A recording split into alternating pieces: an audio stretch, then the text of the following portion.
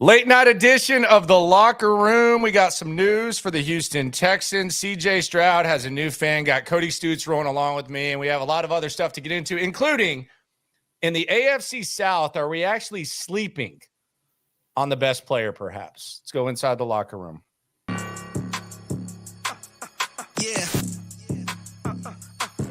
Yeah. It's the Locker Room on YouTube.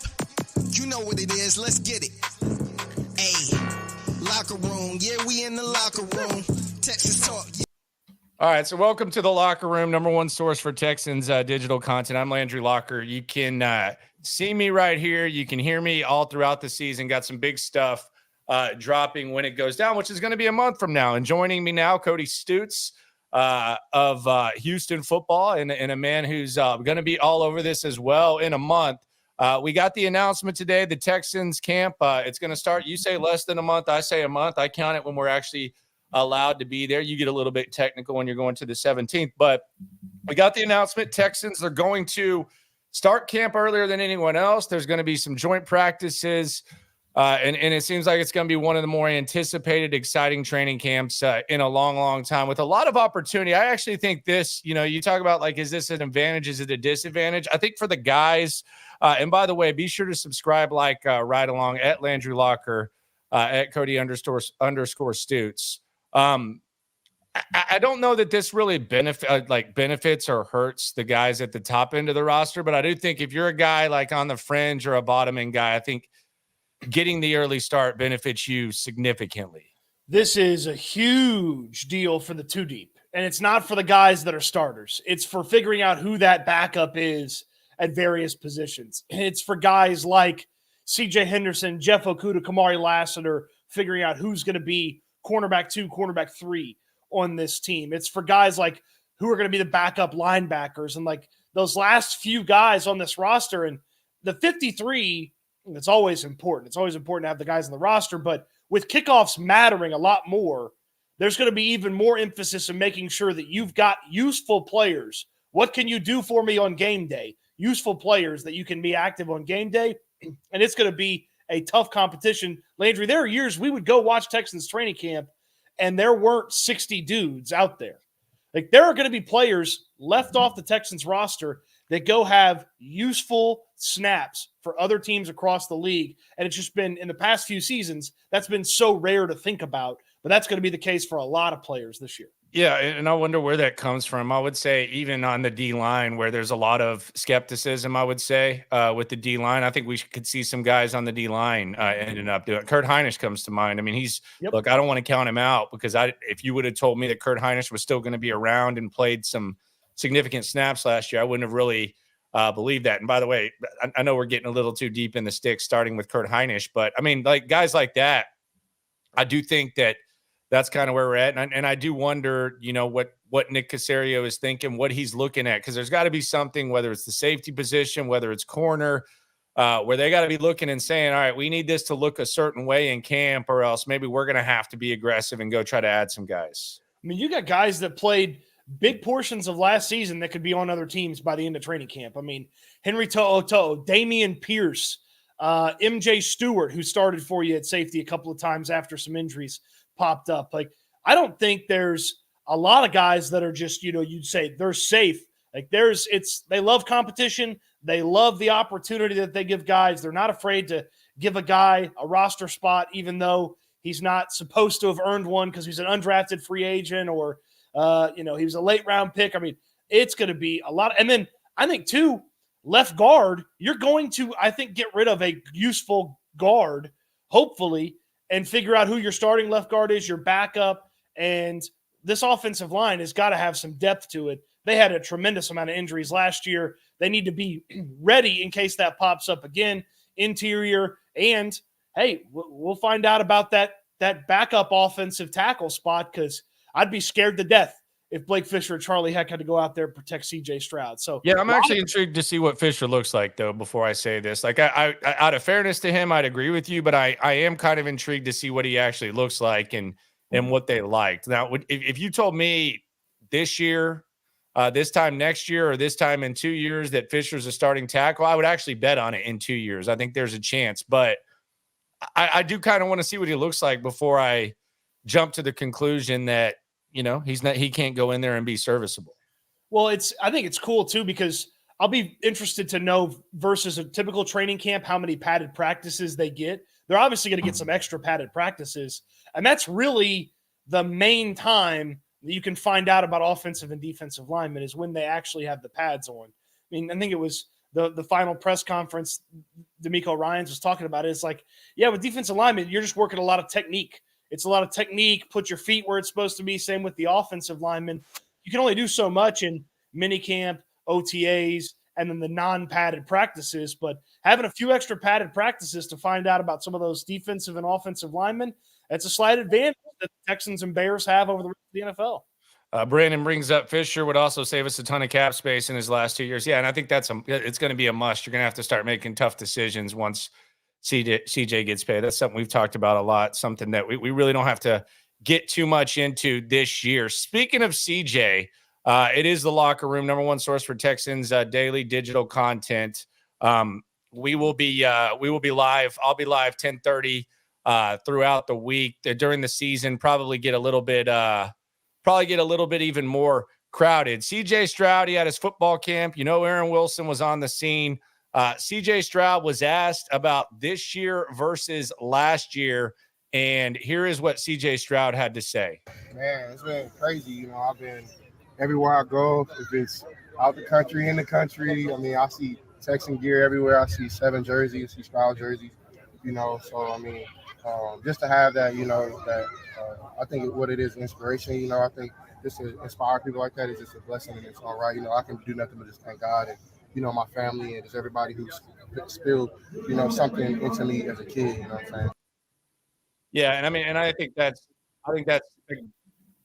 the vibe is obviously completely different. CJ Stroud is a superstar. Talked today about Mike Florio kind of getting a little upset with CJ Stroud talking, but the vibes are completely different. The expectations are high.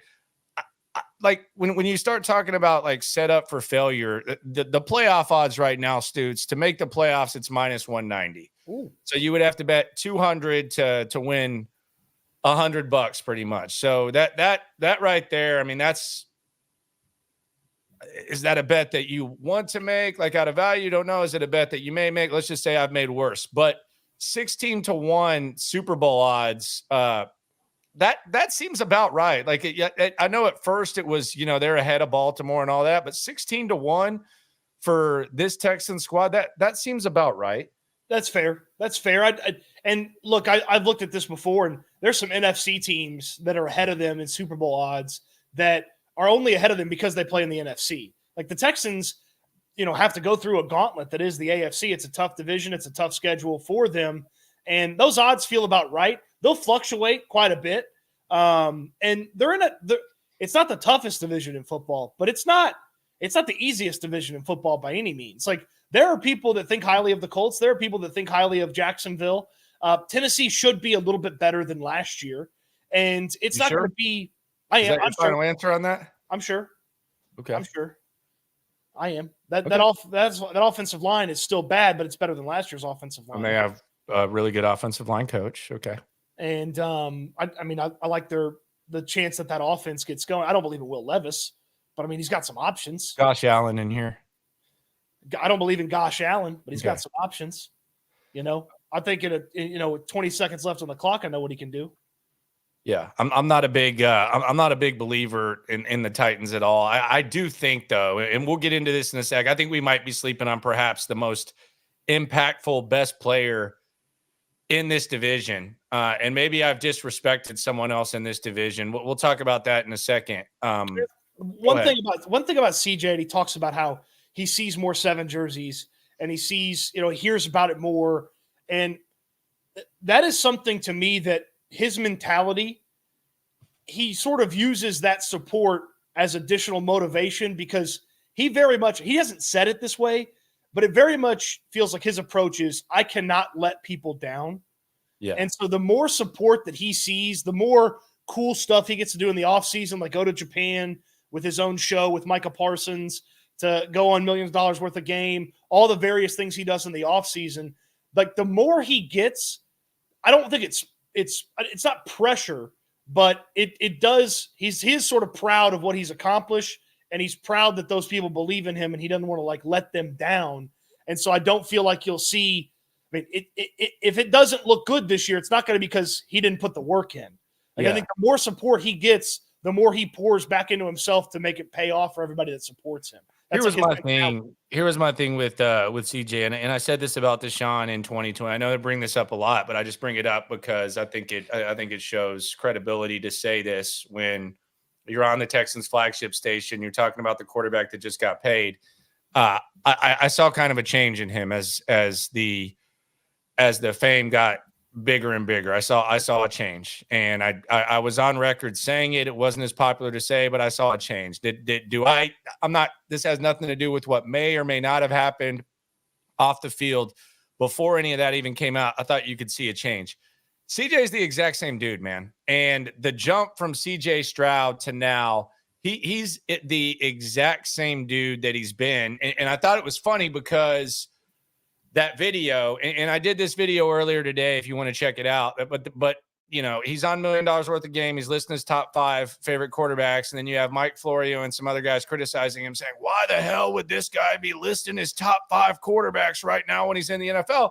And I pulled up the video of him doing the exact same thing when he was coming into the league out of Ohio State. So that's just kind of what CJ Stroud has been. And it feels like he's been the exact same guy. The other thing about it is, in Deshaun's defense, I did feel like there was a Deshaun saves all butts kind of mindset too, where it was, well, we can let DeAndre Hopkins go because, and I kind of think we're ahead of things. Like, would you say where we are right now, this is kind of, as far as like what you're expected to do and what the expectations are, I would say this feels like, I don't think it feels like 2018 Deshaun because we hadn't seen Deshaun over the course of a whole season. I would say this is kind of 2019. Oh, yeah.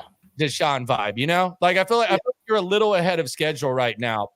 But it feels like instead of just keeping things as is, and I know they made the Tunsil trade. I don't think that was necessarily a good trade. I think they gave up too much. I don't think they should have gotten rid of Clowney. I think he could have helped them in that 1 year.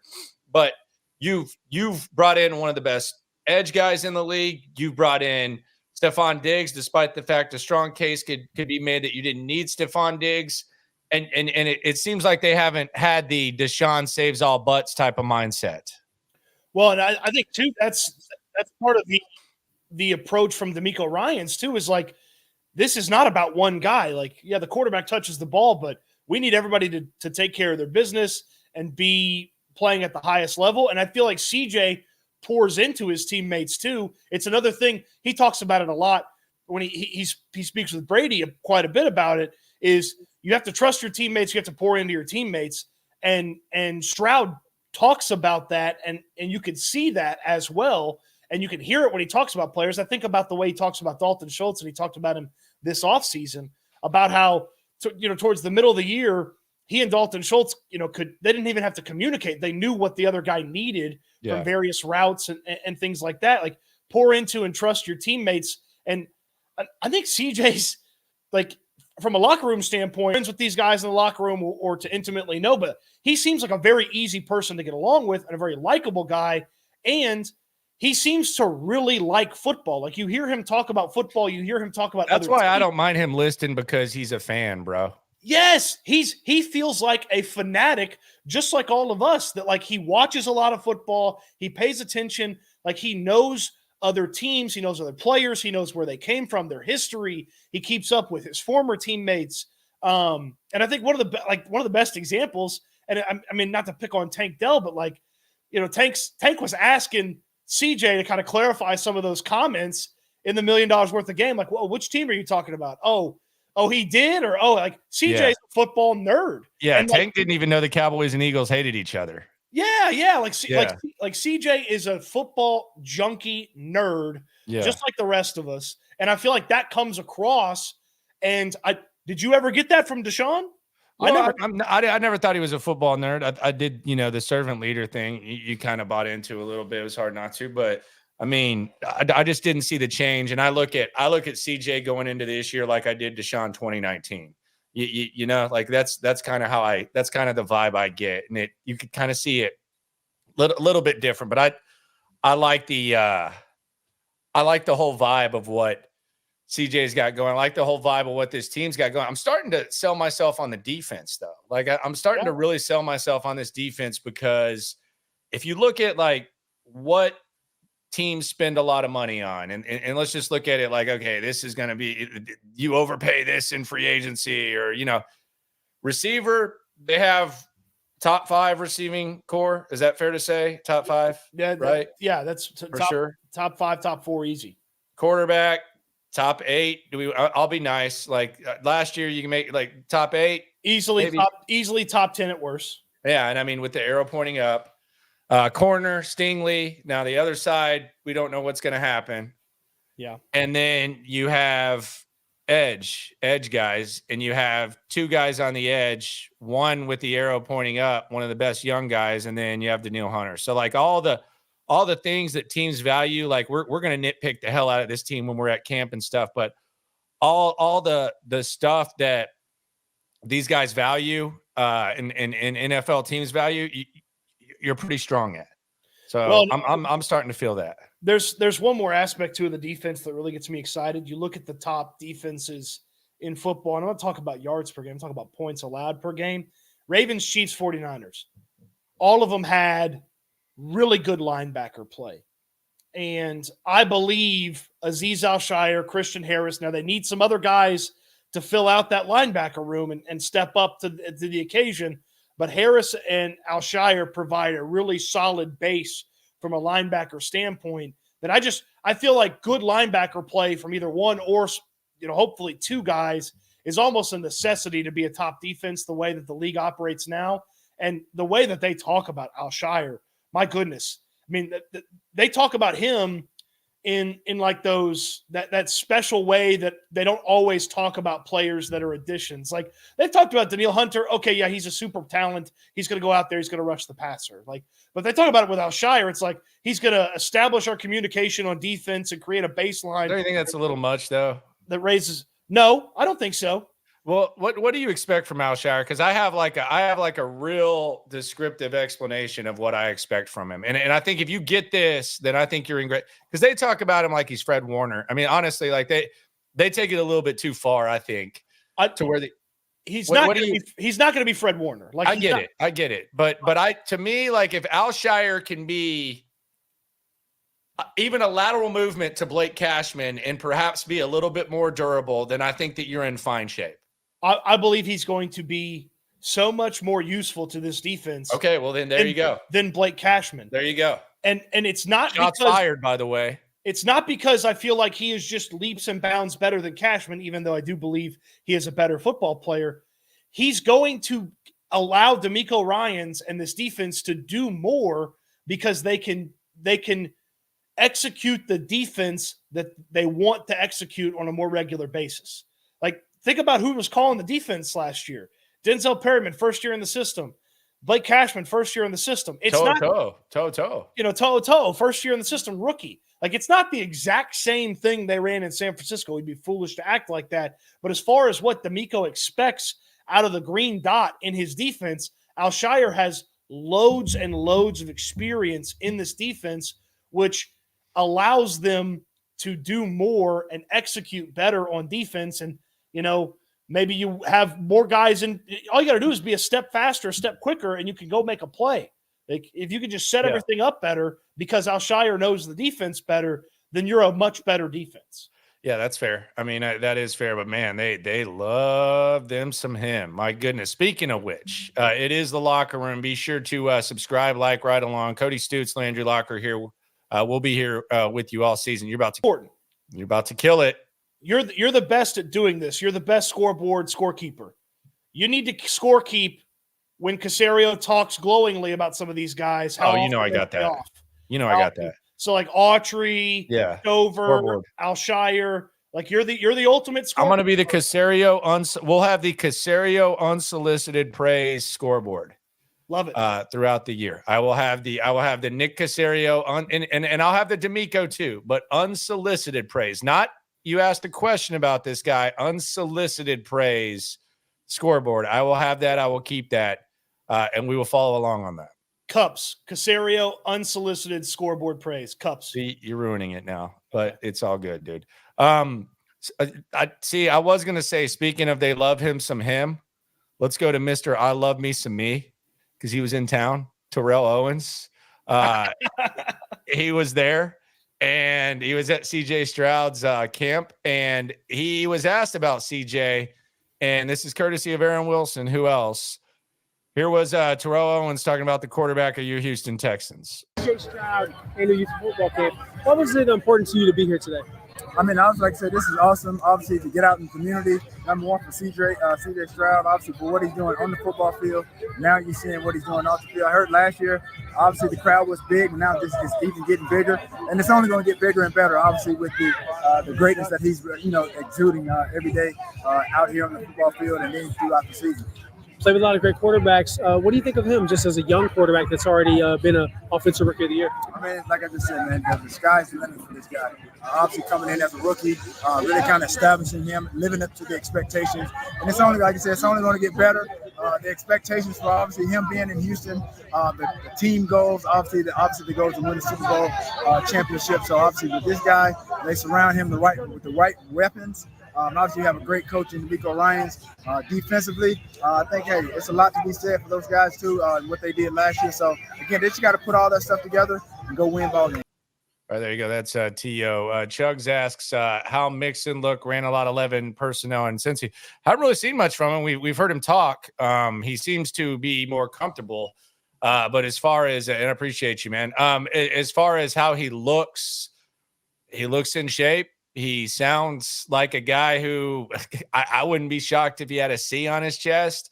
Did say that Holloman was picking up the playbook better than him. I don't know if he was being serious or not, but as a podium critic, from going from how he sounded when he was kind of shell-shocked, like a week removed from, his entire life, for lack of a better term, tumbling upside down in Cincy to now, he sounds excited. I think he had the quote of the offseason, everyone on this offense will eat. And I thought that was a good one. He's one of already the top 10 in the podium conversation for this team. He was electric at the podium, talking about Gerard Jordan being ahead of him in the playbook. And he was like, I'm just being honest. He does it better than I do. It's like, so he was so good. So good. When they asked him about the defense and he just said, woof.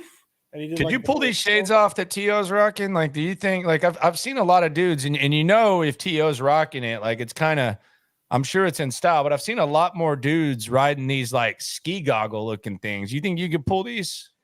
Hell no. I look awful in sunglasses. I wasn't going to say anything, but how many, there's no style things I can pull off. Maybe a Hawaiian shirt trying to look like Andy Reid, but I mean, yeah, I don't know about that one either. You're asking the wrong guy for can you pull this off? The answer's 99% of the time no. Yeah, I don't know about all. Were those the Mahomes glasses? Were those like the Mahomes? Maybe. Openings? I wonder what a normal day in the life of T.O. is like. That's a good question. Get up, work out, chill. I mean, I don't he's think still got all this money, right? Like he's not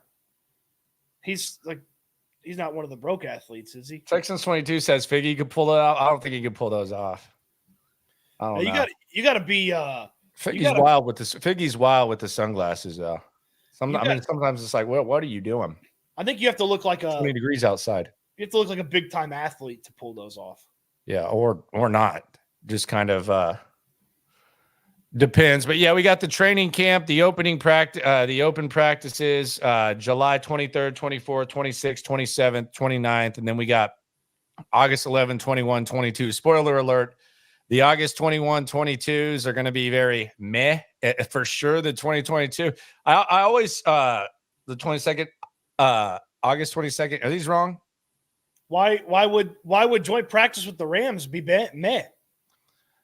Dude, because they don't. I mean, a lot. The Dolphins' second one wasn't great. It was okay. The first one was lit. Second one was meh. They were kind of just walking through. Well, they only announced that they're going to do one joint practice, right? So I would think it's going to be pretty gnarly. Gnarly, huh? Yeah. The Dolphins, the first joint joint practice with the Dolphins last year was one of the most fun days of training camp. Sick. That was when Petrie had the pick. CJ hit Tank for 3 touchdowns in teams against the Dolphins defense. Dominance. And then yes, day 2 was very low key dialed back, but there's only one joint practice, and so I would think that that's probably the last time any of the for sure make the team guys really kick it in gear is for that joint practice. I wouldn't expect hardly anybody of note to play in that final preseason game. Yeah, no doubt. Sarah says tips for first timer to training camp. Here's my tip. Get there early-ish. I would say it's 9. It's going to be hot as hell. So get there early-ish. If you're a beer drinker, now probably stop at the gas station and get some roadies because they sell Bud Light, but normally the Bud Light's a little bit cheap. And go to the front, everyone's going to be like wanting to get in like the front left, like front. Go to like the right side, depending on where the assigned seats are. That would be my advice for you, no doubt. If you want that autograph spot, that front left, like you talked about, you got to get there super early and yeah, but the autograph spots, you know how I am. Like you've seen how I did it as a kid. Like, and I mean, I got thousands right there. Like the key to autographs is it's not going to where they are, it's going to where they're going to be, because everybody floods them and they're going to work their way down. So you go 10 feet to their left or right. That's where you want to be, and you make the eye contact because everybody kind of swarms them. That's how when Mark McGuire comes in town, you end up with 3 baseballs, and most kids are like crying when they don't get it. That's just kind of how you get your hustle on. If you don't mind about getting autographs or anything, get one of the higher up seats. You're in the shade. You can see everything. It's good. It's a good spot. No doubt. For sure. I want to throw something at you. Go ahead. The 20th is when people who aren't season ticket holders can register. So 2 days from now is when you can register for those free tickets. There you go. So I'm going to throw this at you, and I want you to immediately give me your reaction and tell me how this makes you feel. I mean, it doesn't look scary. Like I thought that I remember Derrick Henry and the Titans, and even when it kind of felt like he was deteriorating, I felt kind of scared. This doesn't scare me. Are you scared of this? It doesn't look right, but Derrick Henry should be productive. It doesn't look right though. It doesn't give off the. I mean, he's got the threat of Lamar Jackson in the backfield with him. You're naturally going to be okay. It doesn't give off the aura that some of those Titans moments did. It doesn't have that yet. I think purple's a bad color for him.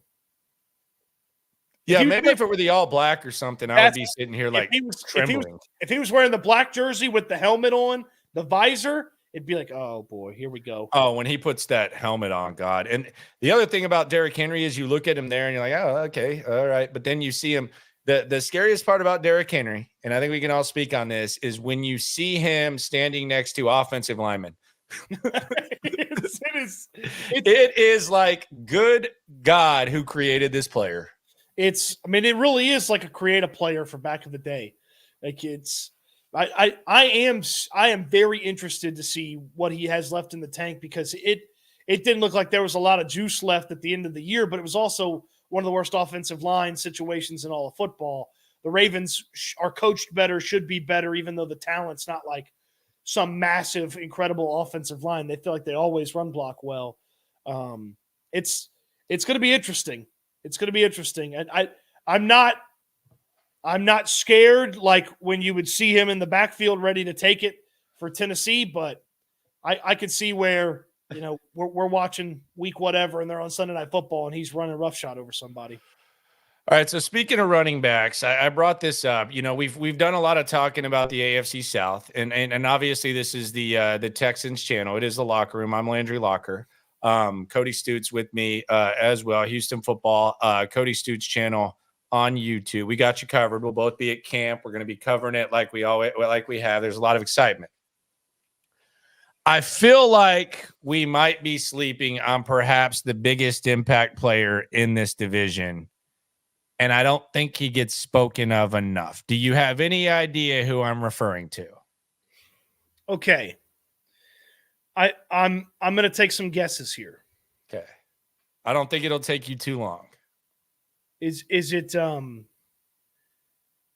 it's not Jeffrey Simmons because it's the Titans. No, I am intrigued to see what him and Sweat look like, but I don't think like Jeffrey Simmons at his best is like completely gonna, shift the power of the AFC South potentially.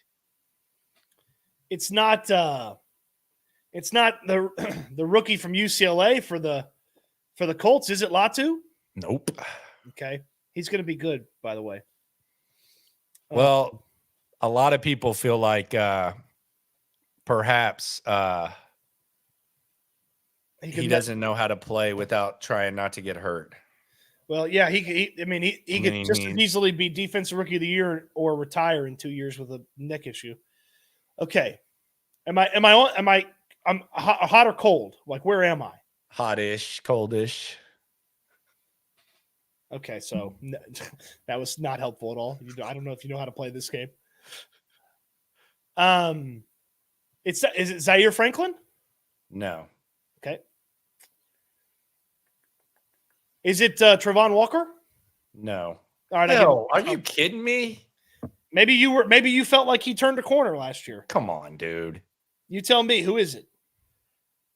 People are guessing it in the chat. I think Jonathan Taylor is not getting enough attention for what he can do in this division. And here's my reasoning. Like, we talk about CJ Stroud, I crap on Trevor Lawrence, I crap on Josh Allen. We talk about Anthony Richardson. We talk about the Colts and they're getting back Anthony Richardson and all that. We don't know if he's an upgrade over Gardner Minshew or not. Like, we have no idea. And furthermore, his ability to stay on the field is very much in question. I think it's fair to be in question. We've seen Jonathan Taylor as one of the most impactful players in the NFL. And last year, Jonathan Taylor was not happy with his contract situation. But the last time we saw Jonathan Taylor on a football field, he was dominant against the Houston Texans. He was the best player on the football field. And CJ Stroud was on that football field. And Will Anderson was on that football field. And Laramie Tunsil was on that football field. And DeForest Buckner was on that football. Like, these, Jonathan Taylor, motivated, ready to go, perhaps with the threat of Anthony Richardson, whatever he can do. I mean, you're talking about a guy that was the top pick in fantasy drafts for a decent period of time. And I just feel like maybe it's the devaluing of the running back position. Maybe it's because we focus on quarterbacks, and rightfully so. If Jonathan Taylor puts together like a full season of what he's been able to do, instead of last year when he played 10 games and had 169 carries, 741 yards, it wasn't really till the last month of the season when they trusted him to hand him the ball 20 times. Factor in the fact that they're more healthy. They've added Adonai Mitchell as the threat. I really think that we're underselling what Jonathan Taylor can mean in the AFC South. All right, so you brought it up. Didn't do anything in the offseason. Didn't do anything with the brand new offense. Missed the first start of the season. Then needed a couple weeks to get his sea legs under it. Okay, so the final 7 games of the season that he played, Landry. Okay, the final 7 games of the season that he played, he averaged about a touchdown a game and 89.9 yards. Okay? For reference, Christian McCaffrey last year averaged 91.2 yards per game and about a touchdown per game. Like, so again, smaller sample size, took him a while to get going. That's with a beat-up offensive line and Gardner Minshew as the quarterback. Like, there is some scariness to Jonathan Taylor, certainly left. There's some very scary. Jonathan Taylor left. It's terrifying when you think about it. And Tyler says his ADP isn't over. What is his ADP by chance in fantasy? I can find gotten to that. What's it got? It's got to be like 12, 10. I'll find it for you. Give me a second. I would take him top 7. 12th. Yeah. Okay. So there you go. 12th with him being running back 5. But I wouldn't take Saquon Barkley ahead of him. I guess Saquon's going ahead of Jonathan Taylor in a lot of places, but I would take him before Saquon. Yeah, I'm a little bit concerned about Jonathan Taylor, man, and forgive me for being so, but I'm a little bit concerned. This is a valid concern. I mean, it was a couple of years ago. He was voted on by his peers, obviously, but he was one of the top players in all of football, according to the guys that play. And he got no offseason work, brand new offense, took him a while to get his sea legs.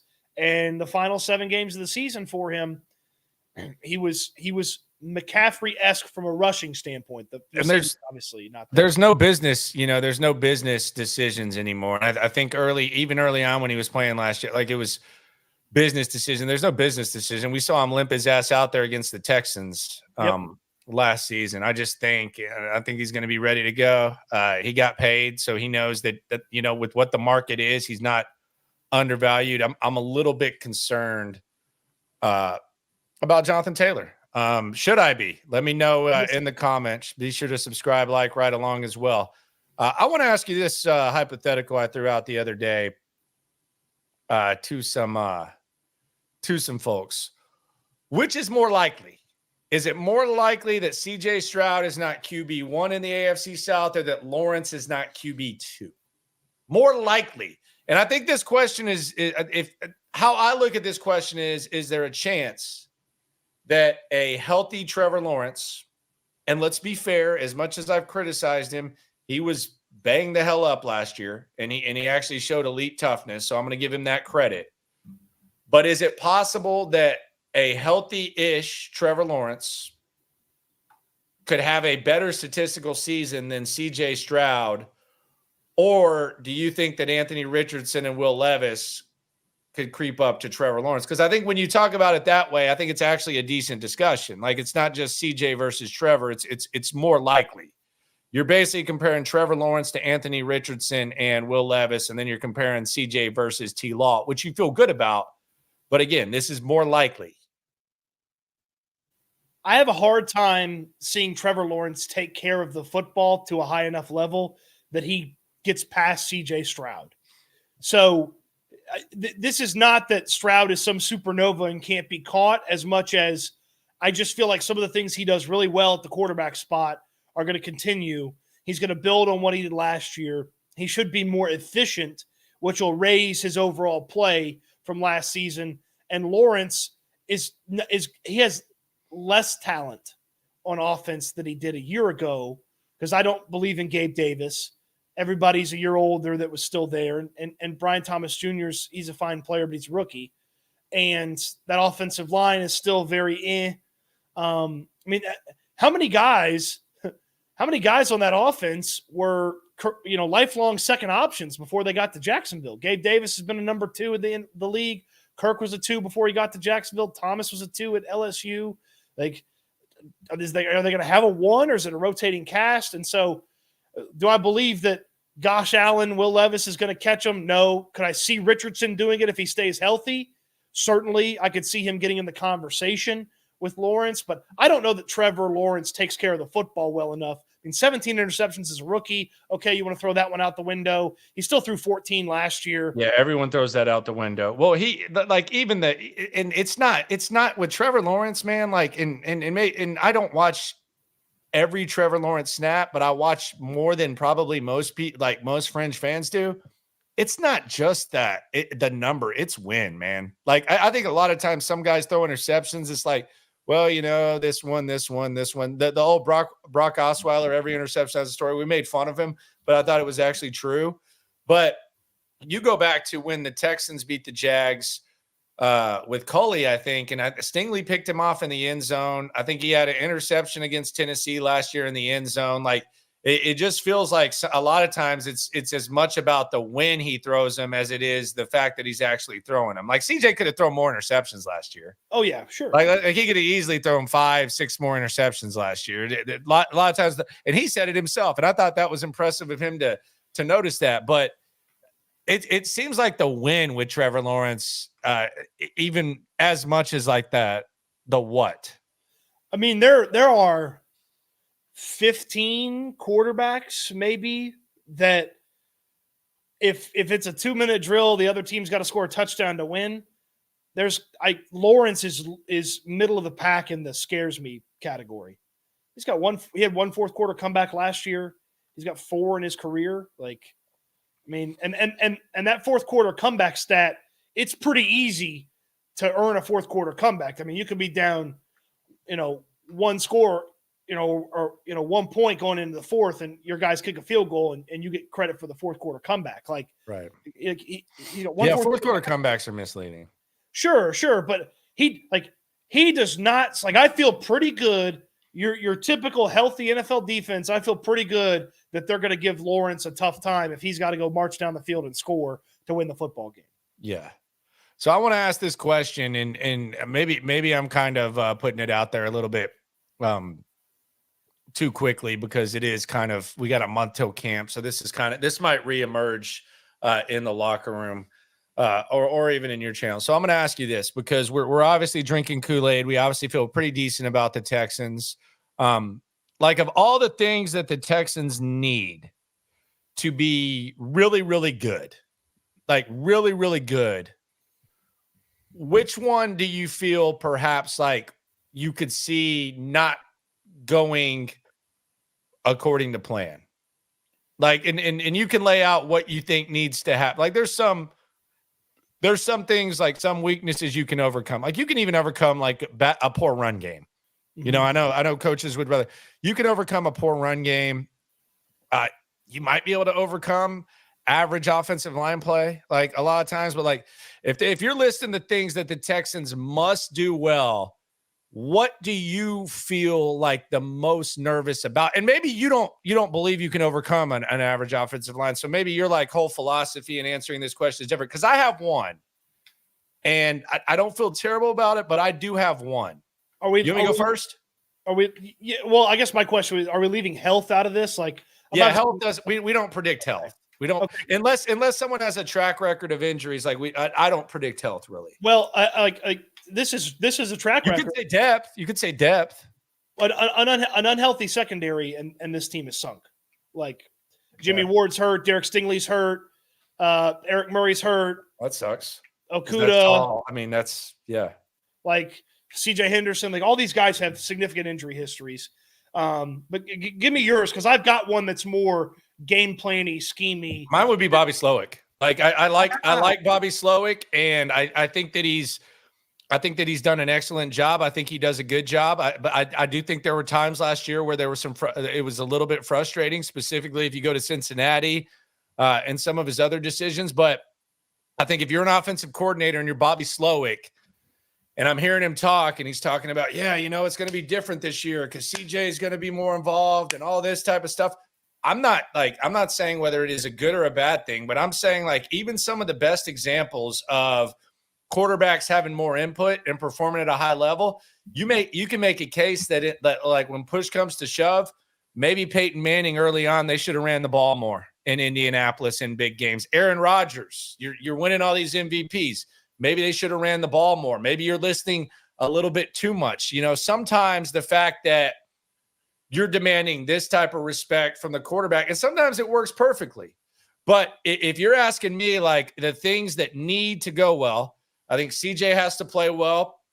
I think they have to get after the quarterback. They have to be able to pressure him.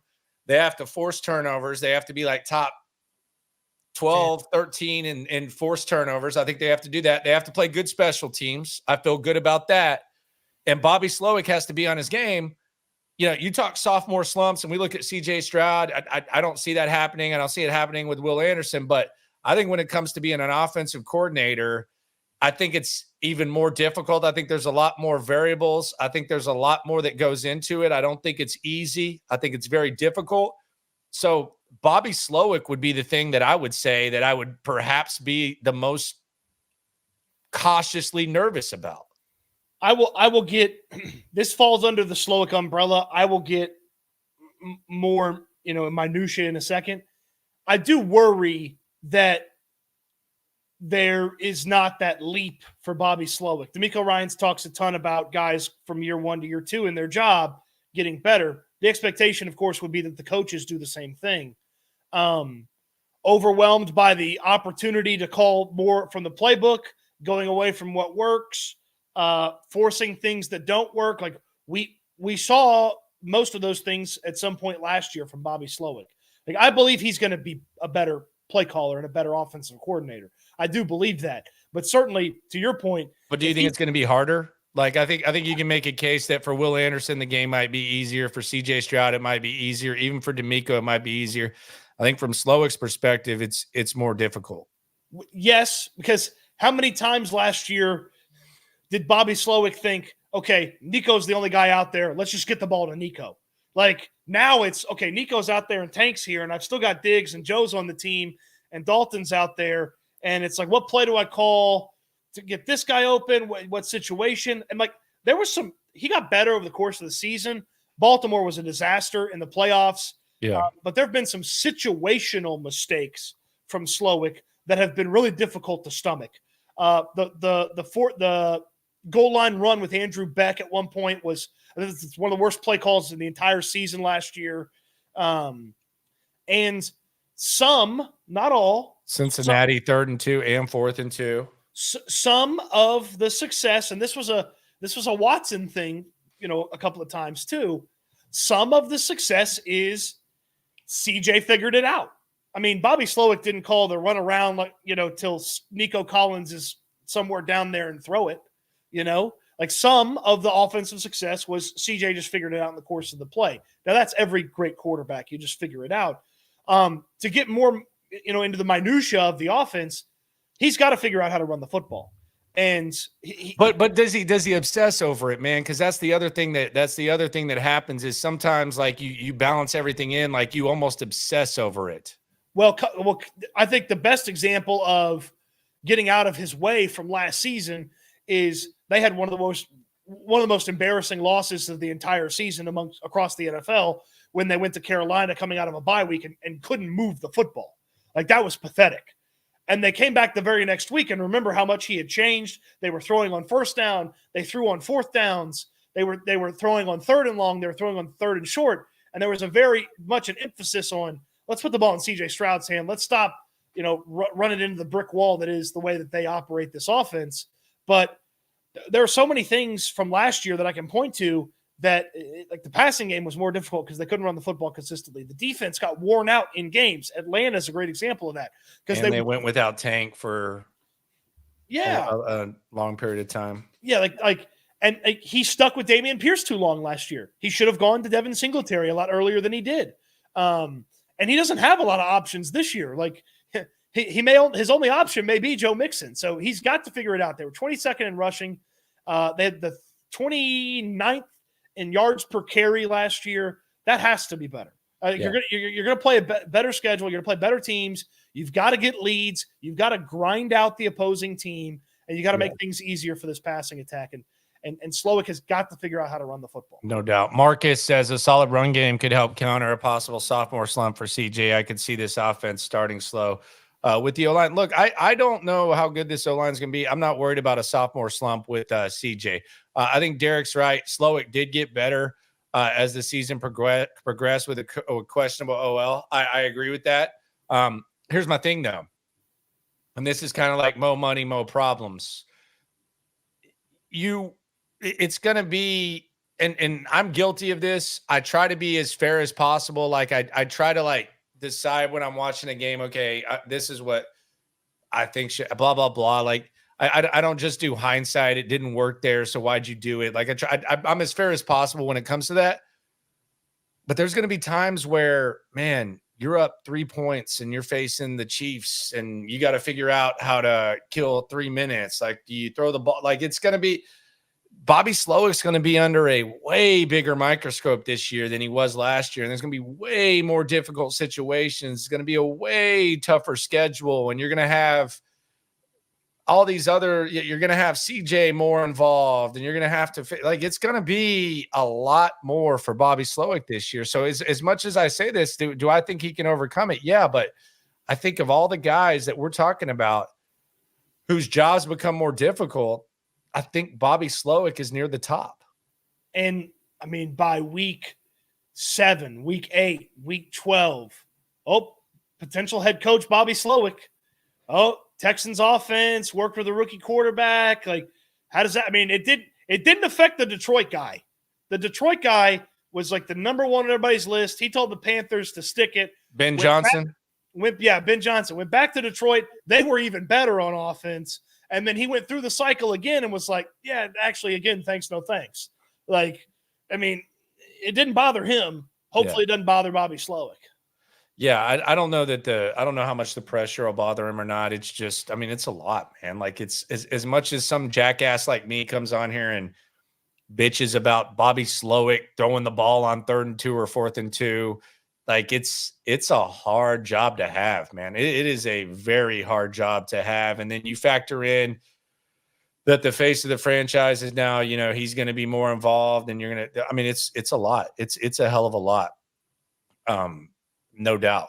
100%. I mean, I'll tell you what, it's a good problem to have, though. I'd rather be. And I mean, he has the weapons to get it done. And I'm not going to be critical of Bobby Slowick. Like, I don't have like a tangible expectation of what he should or shouldn't do. I think they'll figure it out. I'm not like, I just think that if we watch the season and they come up short or whatever, we're gonna be able to like nitpick, man, if Bobby would have ran it here, or if he wouldn't have thrown it here. It's kind of the nature of the gig, kind of how it goes. I mean, just don't. That ball cap bothers the hell out of me.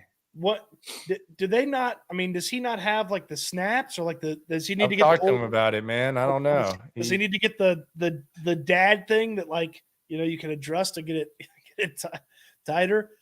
Just don't. I think one of your biggest charges for Bobby Slowick over the course of the season is don't lose the game because you did a bad job. Do you like my Case Keenum theory? What is your Case Keenum theory? That Case Keenum is QB coach whenever Gerard or Bobby leaves, and he's going to be a coach on this staff once he retires. Like, he's already kind of an extra guy, but he's going to be a coach here. It is not a bad theory at all. I'd be interested to know if, like, what do you think Case Keenum's doing when he retires? Let's be serious. He's coaching. I just don't know if he's immediately coaching quarterbacks in the NFL. No, I could see him being like a receiver's assistant. Did you hear his lie the other day, by the way? What did he lie about? What he said to Aaron Wilson? A lot of people lie to Aaron Wilson. This fool said that he has Tank Dell running routes on his phone, and that he sometimes watches them just to see how nice the routes are. Give me a damn break, Case. I'm calling him on that crap. You don't think he just flicks through some photos, some highlights? Shout out to Scotty. I'm still worried about the secondary. Part of me wants Lasser to be CB2, slide Petrie to nickel. Ooh, that scares me. And sign Justin Simmons. If one DB gets injured, it's a downward spiral. The thought of Petrie as the nickel kind of scares me. I know he did it at Baylor. It was a little bit different. Lassiter, whether he's CB2 or 3, if he's either one of those, I think you should feel good about it. Petrie at nickel, that would be terrifying. The Simmons thing I wouldn't sleep on, because Simmons doesn't want to go to camp, and we're going to have to see what those safeties look like. I mean, who's to say? I mean, we don't know what Jimmy Ward's even going to physically look like when he goes out there. So I wouldn't dismiss the Simmons thing, but I want Jalen Petrie. I think he can be a valuable piece of this squad no matter what, but I want him in coverage as little as possible. I want him to be that guy that gets lost creeping up towards the line of scrimmage and just darts in there and gets a tackle for a loss or a tackle for no gain or sacks the quarterback. Like, that's what I want Petrie to be doing. He's a liability in coverage. He can't stay with guys in man-to-man. Like, use him as that blitzer, that weapon, that run support. And that's what the healthy safety room with Ward, Murray, Petrie, Bullock, MJ Stewart, a healthy safety room allows DeMeco Ryans to play chess. But is a healthy safety room that good? Like, I mean, that's my other thing. Like, is it really that good? And I love Jimmy, but is a healthy safety room really that awesome? But Landry, you don't need Ed Reed back there. The other other 9 guys. Texans Ed Reed. You don't need Baltimore Ravens. Ravens. Say I watched him last year. He put number 5 on. You don't need Baltimore Ravens Ed Reed back there. Okay. The other 9 guys. You got to specify. The other 9 guys are going to make the safeties right. Just hope that the safeties don't make the other 9 guys wrong. And if you're playing the DeAndre Houston Carsons of this world, eventually it catches up to you. Like we saw. I wonder if they're a little bit more hands-on with Petrie this year too. And I'm not saying they weren't last year. I actually don't think he blitzed very well either. I think a lot of times he just kind of disappeared. The Bryce Young rollout play kind of comes to mind as well. And there are a lot of times where he just got kind of swallowed up. But I do wonder if that D'Amico and Matt Burke and whoever the hell else, they take on more of like a concerted effort. And maybe the safeties being healthy, because it wasn't just Petrie unhealthy last year. Like, let's be serious. They lost 2 other safeties. Like, I think it was within 3 plays last year that were on that 2 deep. So they had to rely, like the Petrie stuff, like they kind of had to rely on him a lot, but it had as much to do with other guys getting hurt. I do wonder if they find ways as they're more healthy to like put him in better positions that they think that they see fit. And I want to be fair to Jalen Petrie about that, because I've been one of his bigger critics. That's exactly what I'm talking about with D'Amico and the chess match. Is I don't have to put him in a weird position that he's not capable of succeeding in, because I have 3 guys that I want to actually put on the field. Like if you listen to D'Amico Ryans talk about Eric Murray last year, he loved him some Eric Murray. He loved putting him out there as the 3rd safety and moving Petrie a little bit closer. And, Murray lost for the year. Ward was in and out of the lineup and ultimately, just didn't play as much as you'd want. And Petrie had to play more of your regular safety opportunities, and he didn't succeed. He failed. Patty says there has to be a reason nobody picked up Simmons. Not sure what it could be, but it's nearly unbelievable. He's not. No, I don't think it's really that crazy. Like if you get cut before the draft and teams have a chance to go into a draft and perhaps get a player that's going to make whatever percentage less than a veteran would make. And oh, by the way, in his situation, there's probably like half the teams in the league he doesn't want to go play for. So he wants to get paid and he wants to be on a good squad, unless he just gets money whipped. And then the draft passes, and then you don't have to go to training camp and you can just stay in shape. I don't think it's like too far-fetched to wonder why he hasn't gotten signed. I don't think it's that crazy. Also, I think the safety market's getting weird. Every safety was getting freaking cut. It's like what running backs were a few years ago. So I don't think it's too crazy. I wouldn't read too much into that. Well, and he doesn't have much leverage right now because everybody's excited about free agents they signed or guys bouncing back from an injury or rookies. By week 3 of training camp, coaches look around at each other and they go, guys, we don't got it at safety. Let's go get Justin Simmons.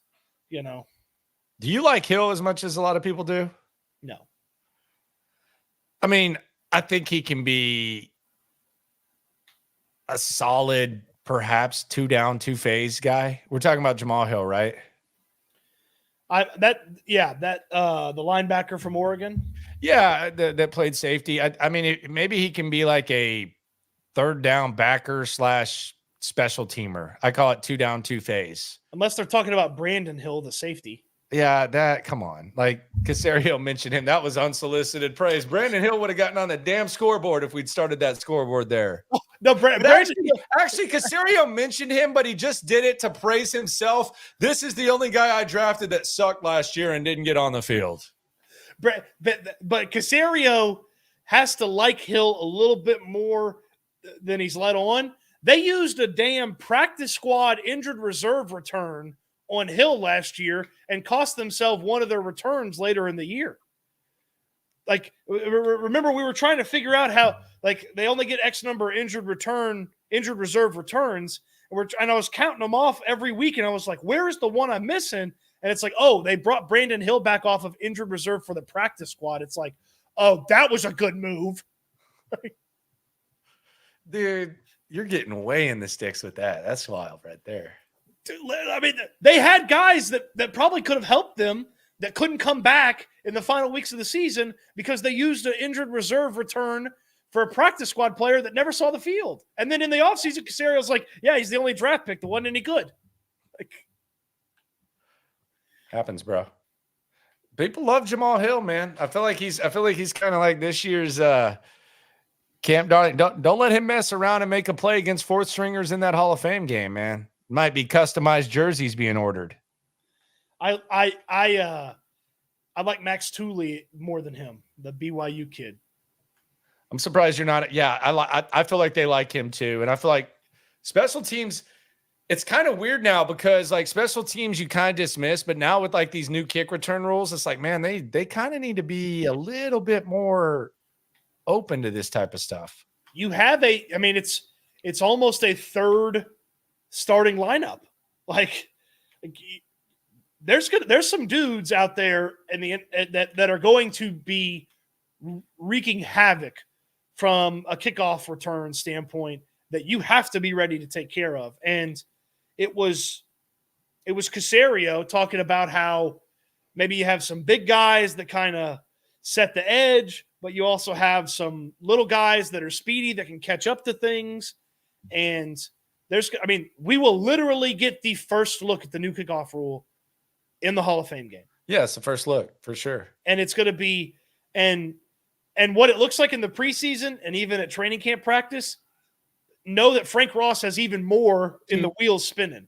Do you think they have to, like, if they're going to, like, let's say the Dolphins decide, this is probably a bad example, but like, let's say that Dameon Pierce is RB2, like you have to get looks at him doing that, right? Like in a real rep, right? Like I would be very interested to know if there are packages, like basically plays that they want to call for certain players. Like, all right, hey, we want Tank Dell back there for this kickoff. Hey, we want Joe Mixon back there for this kickoff. Nah. Hey, we want Stefon Diggs back there for this kickoff. Nah. Hey, we want Dameon Pierce back there for this one. Maybe. Let's just play a game real quick. Let's pretend we're at training camp. All right, we're sweating our ass off. You got pit stains running down to your hip. I'm fresh and clean, still smelling great. Nothing wrong with sweating. Nothing wrong with sweating. We're sitting there and we're watching special teams, and there's 5 guys back there, and they're competing to return kicks for Frank Ross's special teams. Who do you think those top 5 guys would be? Tank Dell. No. Yes. Tank Dell. Tank Dell. All right. Tank Dell. Okay. And this is in training camp, yes? Yes. Robert Woods. Robert Woods. Okay. I've been out there. I've been watching the special teams things. They're not putting a bunch of dudes back there for special teams. There've been a handful of guys, Tank, Woods, Desmond King, and then the very last day of minicamp, they did some goofy looking stuff.